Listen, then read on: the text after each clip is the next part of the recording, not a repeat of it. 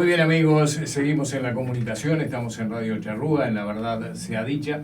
Como les decía, ya tenemos nuestro invitado, Marcelo, usted lo presenta y comenzamos con esta charla. El 8 de agosto tuvimos la oportunidad de ir a Casa de Cultura, donde se presentó un libro cuyo escritor, Andrés Oberti, es quien nos acompaña. Y bienvenido a Radio Charrúa, Andrés, y estaremos conversando de quiénes somos. Es lo primero que le pregunto, porque ese es el nombre de una trilogía. Creo que en octubre viene la segunda parte, ¿no? Sí, buenos días. El gusto es mío de estar acompañándolos. Exactamente el primer volumen se llama ¿Quiénes somos? Y apunta un poco a qué somos los sanduceros, quiénes somos los sanduceros, de dónde venimos. Son 3 capítulos, el tomo este tiene 3 capítulos. El primero habla del origen de Paysandú, el segundo del nombre de Paysandú y el tercero el contexto. Creo que están los 3 relacionados, ¿no? El segundo tomo va a ser en octubre, no tengo fecha exacta todavía, y pongámosle alrededor del 15-20 de octubre sería la presentación del segundo tomo, que abarca el periodo desde 1802 hasta 1864. Y el tercero va a salir en diciembre, que se encarga solamente del 64, ¿no? ¿Y por qué 1864? O sea, ¿qué es lo que le determina a usted para ese libro llegar hasta 1864? Sí, o sea, sería la razón del segundo. El segundo arranca en 1802 porque hasta ahí vamos con este tomo, porque es un año bisagra para la historia de Paysandú. Ese año se termina un juicio larguísimo de 28 años que había entablado Francisco Martínez Aedo contra el gobierno de Yapeyú. Nosotros dependíamos de Yapeyú. Entonces Francisco Martínez Aedo, a través de su señora, inicia un juicio que dura 28 años y se termina ahí en el 1802, ya no hay más nada que hacer. Incluso Martínez Aedo ya está medio veterano ya, y muere a los 2 años, muere. Y a partir de ese año recién se puede decir que comienza una nueva era de Paysandú, porque era como que no progresaba, nadie venía a quedarse acá, siempre teníamos la misma cantidad de ranchos, porque claro, no se sabía de quién éramos. Martínez Aedo mandaba a sus capataces a hacer algo y Yapeyú mandaba lo suyo, y estaban en permanente conflicto de a quién pertenecíamos. Tampoco había grandes riquezas acá en la ciudad de nada como para pelearse por ella, era un conjuntito de ranchos y más nada. Entonces, bueno, ese 1802 es un año fundamental porque a partir de ahí comienza una nueva etapa, organizarse diferente. Yapeyú se organiza distinto. Cosa extraña porque como que dicen, bueno, se terminó el juicio por fin, ahora vamos a hacer un montón de cosas, y al poquito tiempo nos venden a Almagro. Almagro compra, Juan María Almagro compra toda una parte de tierra que va desde el Arroyo Negro hasta el San Francisco, incluyendo Paysandú. Compró un pueblo, un pedazo de tierra con pueblo y todo. Entonces, bueno, yo me planteo ahí en el segundo tomo también hasta qué punto éramos tan importantes para Yapeyú que al poquito tiempo que quedamos libres nos vendió. Y bueno, ahí se plantea toda una historia, una teoría que se desarrolla en el segundo tomo. Y vamos hasta el 64, porque evidentemente 1864 es el gran año histórico de Paysandú, ¿no? Por el episodio de la defensa. Y creo que solo ese tema de la defensa merece no solo un tomo, sino 50 tomos más. María, perdón, Alfredo. Sí. María Julia Burgueño, en la presentación que realizó, además de estar de Luján y Mayán, que fueron 2 profesores de historia que tuvieron la presentación previa que usted hablara el 8 de agosto en Casa de Cultura, dijo algunas cosas que me parecen interesantes. Por ejemplo, que más allá de la subjetividad que hay en la lectura de la historia que tiene cada uno de nosotros, siempre se está rediscutiendo la historia. Porque si hay una cuestión que tiene Paysandú, la ciudad de Paysandú, es el origen. O sea, cuándo surgió, por qué surgió, y eso es un tema. Y lo otro, que usted me sentenció, y bueno, lo dejé de lado, dijo, vamos a olvidarnos de Padre Sandú, o de que el origen del nombre Paysandú viene por un cura, por un párroco, que en realidad no existió. ¿Es así, Andrés? Es así. Diría que es más que así. Yo quiero de una vez por todas terminar con se dice, se decía, bueno, en este libro de ahora yo junto todo un poco lo que se dice y se decía, lo planteo ordenadamente, cronológicamente, quién dijo qué cosa, cuándo, y después, bueno, la conclusión es esta, terminemos, porque si no siempre estamos con el tema, dentro de 10, 15 años yo no quisiera escuchar a alguien que diga, se discute el nombre del país. No se discute más, ya está laudado, ya sabemos cómo fue el origen, cómo fue. Repitamos el tema para reafirmar lo que ya laudamos, pero no permanentemente estar... ponerlo en tela de juicio. Claro, se discute sobre el padre Sandú, no se discute más, ya en 1928, en 1930, 1934, ya no se discutía más, ya quedó laudado, ya Baldomero Vidal cerró la tapa de ese tema, lo explicó con 10.000 argumentos, lo liquidó, y por si faltaba algo, después de 1958, Augusto Schulkin lo remata también. Entonces ya está, no sigamos diciendo que... Podemos nombrarlo como una anécdota, pero evidentemente ya sabemos cuándo se inició Paysandú claramente. No se fundó, se inició un proceso de iniciación, digamos, un proceso de fundación, no una fundación, que tampoco es exclusiva de Paysandú. Hay cientos de ciudades que nunca fueron fundadas, que simplemente fueron surgiendo. Esa es otra también, que nosotros a veces nos creemos los sanduceros, no, porque Paysandú es una ciudad que nunca fue fundada. Sí, hay un montón de ciudades que nunca fueron fundadas. Ahora, lo que decía, yo quiero hacer énfasis en decir, bueno, dejémonos de hablar de lo que se decida o se dijo o alguien dijo, porque ya está, no va más. El proceso de fundación comienza en 1755 y o 56, porque es muy cercana ahí la fecha, y ya lo decidió Pibel Devoto, nada más y nada menos. O sea, bueno, sigamos a Pibel Devoto, que no era cualquiera. Y de ahí en adelante ya está. Y sobre el nombre lo mismo, sobre el nombre se fueron tejiendo. Cada tanto alguien decía, no, descubrí que para mí puede ser tal cosa.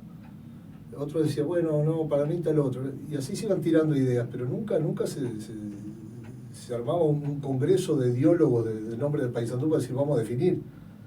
Como nunca pasó eso, yo tomé todas las versiones que había, algunas las dejé de lado incluso porque eran tan disparatadas que tomé más o menos las clásicas y las más atendibles, entre comillas, y las discuto, las cuestiono y planteo la mía propia, que además tampoco es mía propia, es de Baldomero Vidal también. Baldomero Vidal, a lo último ya de su vida histórica y de su vida como salesiano y todo, ya después se fue a Montevideo, él plantea una teoría que la da como válida y la nombra como primera teoría.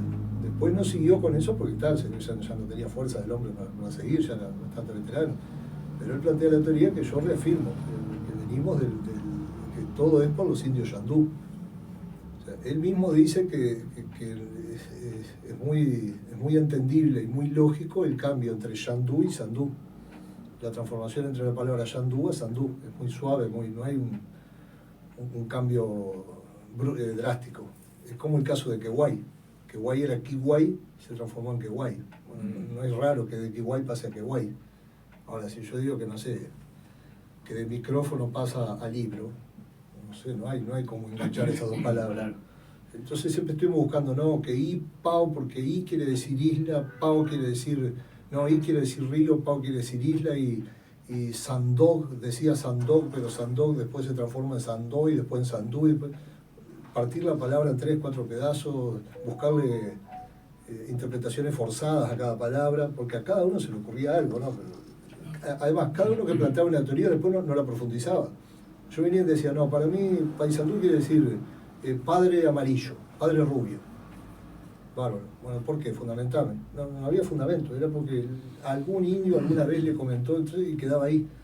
Pero no, o sea, las cosas hay que profundizarlas, estudiarlas. Entonces simplemente se fueron tirando nombres o tirando explicaciones y nadie profundizaba. El único que profundizó fue Baldomero Vidal, que explica por qué no Padre Sandú, por qué no Isla en el Río y por qué podía ser Sandú. Entonces, como para ponerle una cinta a todo esto, decir, bueno, no discutamos más sobre el origen, ya está arreglado, lo arregló Pibel Devoto en 1955, lo definió Devoto, que estudió todo para definirlo. Y el nombre, juguémoslo por la teoría de Vidal, que yo refuerzo ahora, que es el Sandú.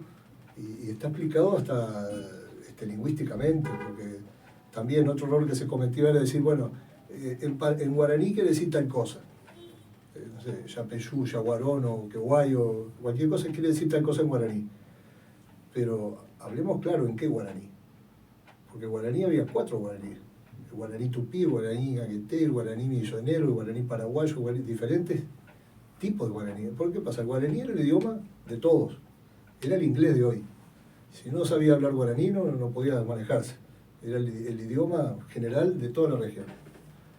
Pero claro, como todo idioma general de toda la región, nosotros tenemos el inglés de Australia, el inglés de Estados Unidos, el inglés de Gran Bretaña, diferentes ingleses. Y todos nos entendemos en inglés, pero diferente. Bueno, lo mismo pasaba con el guaraní.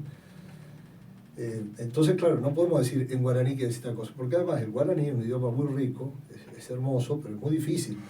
Y conforman las reglas gramaticales de una manera muy distinta al español, a nuestra cabeza de idioma español. Ellos, por ejemplo, para decir, no tienen el plural. Acá estoy viendo computadora, el plural sería computadoras. Le agrego la S o le agrego la E y la S. No, ellos agregan otra palabra, no una letra. Ellos agregan cuerá, que tampoco se pronuncia exactamente así, porque es otra cosa las pronunciaciones, ¿no? Pero ellos agregan la palabra cuerá para decir plural. O sea, yo tendría que decir micrófono, cuerá, libro, cuerá. Si yo digo solo libro, es una cosa, y si yo digo libro, cuerá, es otra. También los signos de puntuación meten unos tildes raros, hay unos apóstrofes que cambian totalmente el sentido de la palabra, como el caso del padre. Entonces dicen, pai quiere decir padre en guaraní. No, según qué momento de la historia, según qué tipo de guaraní. No es que siempre quiso decir padre. Padre, además, para que sea padre, sería PA apóstrofe I. Y no solo eso, sino que además debe ir acompañado de la palabra abaré. Entonces, pai abaré es padre, en el sentido religioso. Yo digo pai es otra cosa, es antiguo, viejo. Entonces, antiguo, tomemos el concepto de antiguo, que es pai. Sandú, antiguo Sandú. Los antiguos Sandú vivían acá. Por eso se llama País Sandú el paso. Lo que faltaba era comprobar si realmente los antiguos Sandú habían estado acá. Entonces, buscando, encontré que un arqueólogo entrerriano, de los más famosos que hubo en Entre Ríos, en Argentina también, Antonio Serrano, el Museo Arqueológico de Paraná lleva su nombre, estudió en la zona, en los años 53, 54 y 55, estudió en la zona y en la punta de la isla, en la costa de Colón y algo en frente, pero más que nada en la punta de la isla, porque él buscaba los guaraníes de las islas, que eran los yandú. Los yandú eran los guaraníes de las islas, se les llamaba. Y encuentra restos de cerámica en la isla. Cada vez que uno va a algún lugar arqueológico y encuentra restos de cerámica es porque ahí hubo un asentamiento. Si encuentra huesos o otro tipo de restos es porque pudieron estar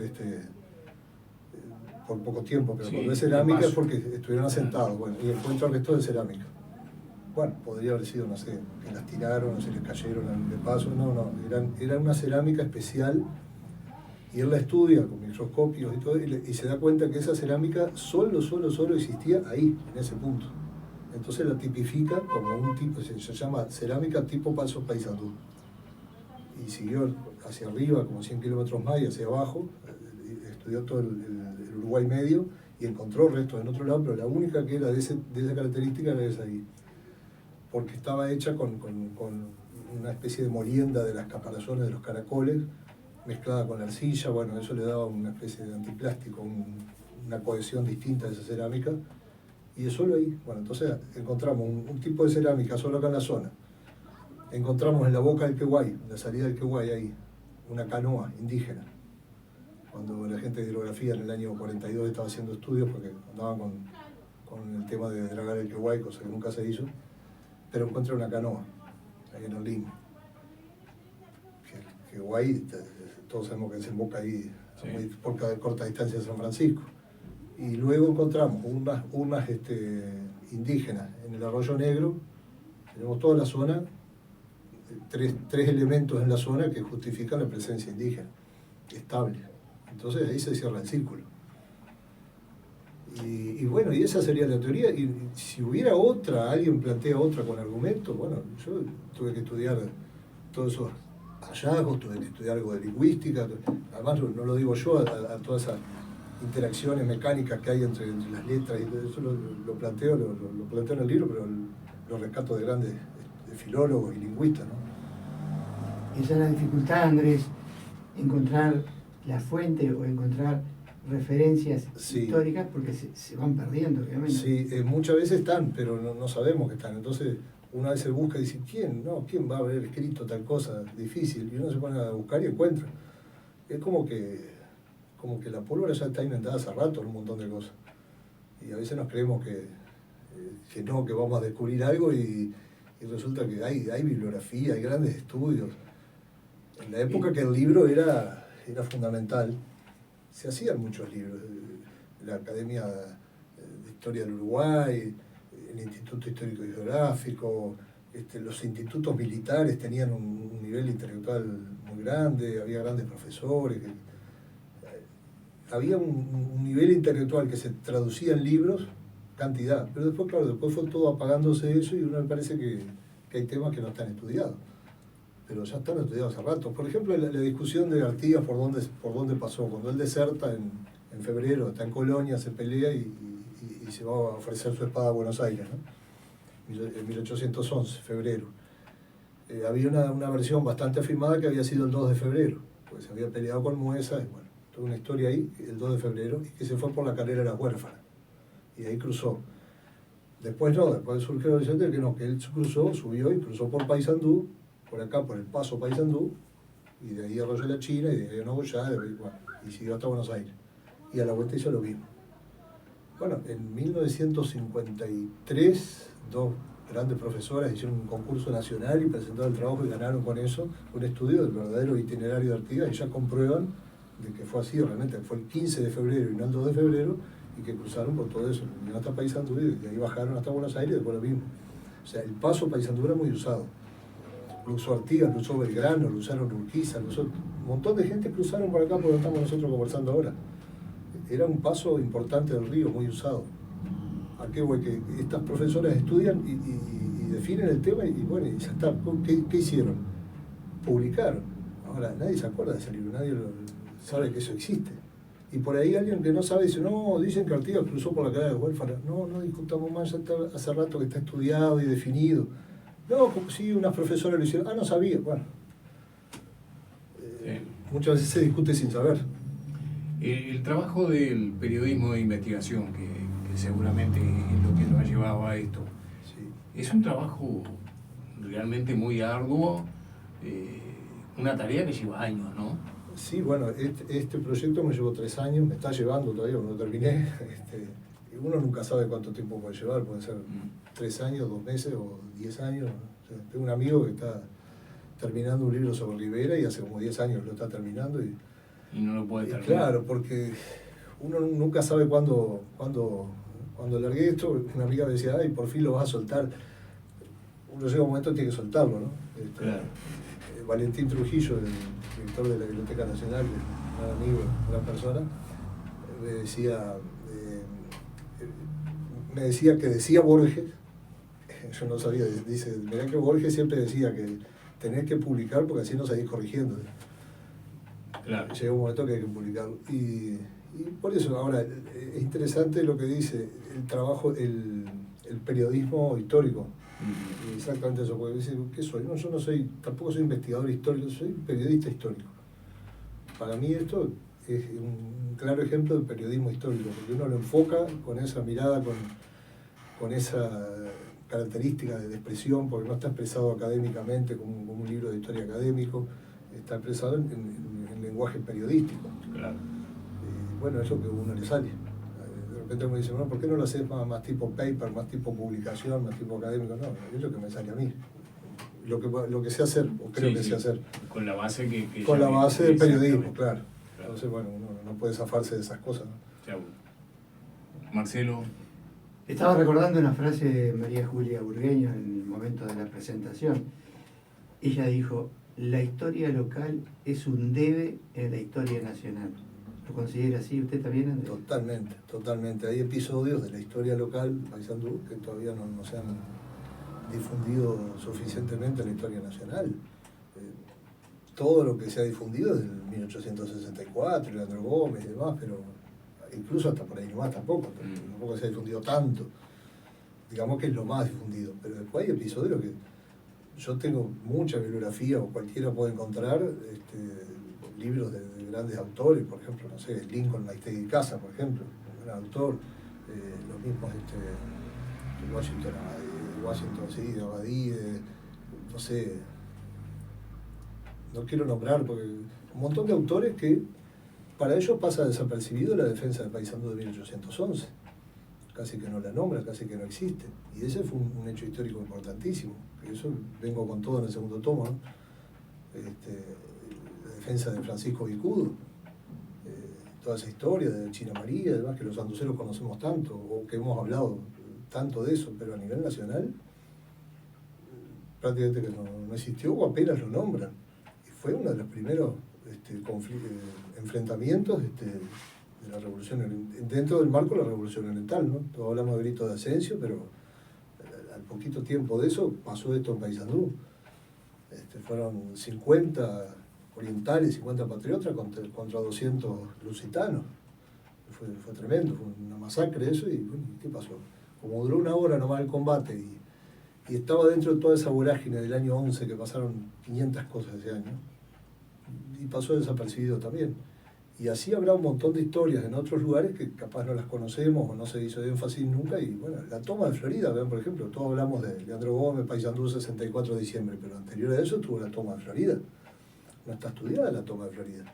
Lo único que sabemos que Flores, antes de venir para acá, estuvo en Florida y, bueno, pero ¿qué pasó? ¿Quién defendió? Sí, Párraga, pero ¿quién más? ¿Quiénes eran los otros? ¿Cómo fue? ¿A qué hora empezó? Un montón de detalles que no lo sabemos y no se han difundido.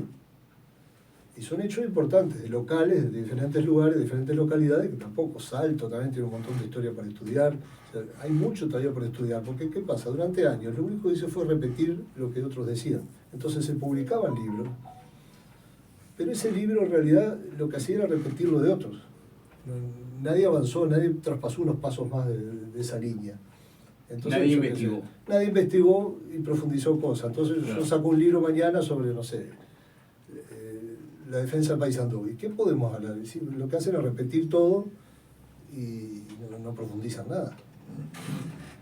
Pero usted investigó también, dentro de lo que es Paysandú, la Estatua de la Libertad, ¿puede ser? Sí, exactamente. Sí. En realidad el monumento a la libertad. Monumento. Sí, el monumento a la libertad. Eso, bueno, tampoco eso no está publicado, ya está pronto el libro y están mínimas correcciones, pero no está publicado tampoco. Eso fue toda una investigación que me llevó 7 años. Hay que hacerle caso a Borges. Me llevó hasta Italia, por ejemplo, y Buenos sí, Aires, de Italia. Giuseppe, no me acuerdo. Livi, Giuseppe Livi. El primer escultor del Río de la Plata, escultor como de profesión, escultor, ¿no? Del Río de la Plata. Y eso es interesantísimo también. Y, o sea, en Paysandú tenemos el Monumento a la Libertad, que tiene una estatua de la libertad como parte de ese monumento, y es el primer monumento de todo tipo en el país. O sea, no existía nada parecido a un monumento en el país hasta ese año, hasta 1860. Y no solo eso, sino que es el tercer monumento a la libertad, o que tenga que ver con la libertad, con el concepto de libertad del mundo. Porque tampoco había mucho honor a la libertad y conceptos y exaltación de la libertad en esa época. Puros reinos por todos lados y otro tipo de países de gobierno. Entonces no dice bueno, pero tendría que haber habido un montón de monumentos a la libertad. Hoy los hay, pero en 1860 no había. Entonces, hay monumentos icónicos como el de Nueva York, todos son posteriores. Son todos posteriores. Todo lo que encuentre uno como monumento a la libertad en cualquier parte del mundo son todos posteriores. Este fue el tercero. Y el segundo fue el que está arriba de la pirámide de Mayo en Buenos Aires, la famosa pirámide de Mayo que está en la Plaza de Buenos Aires. Esa no era así. Le colocaron en 1856, le colocaron la Estatua de la Libertad arriba. Esa fue la primera Estatua de Libertad de toda América y la segunda del mundo. La tercera fue la de Paysandú. Tenía algunas preguntas más, Alfredo. No me pregunten más, porque yo sigo toda la mañana igual. No, si es por mí. Para nosotros un placer. A mí me entusiasma esto y sigo toda la mañana. Son 8:30, Alfredo, no sé si tiene los compromisos ahora. Sí, tenemos el compromiso de la tanda de la radio. No sé qué tiempo dispone Oberti para conversar. Yo toda la mañana, yo con este tema. Tiene toda la mañana. Entonces seguimos conversando después de la tanda. Vamos a la tanda.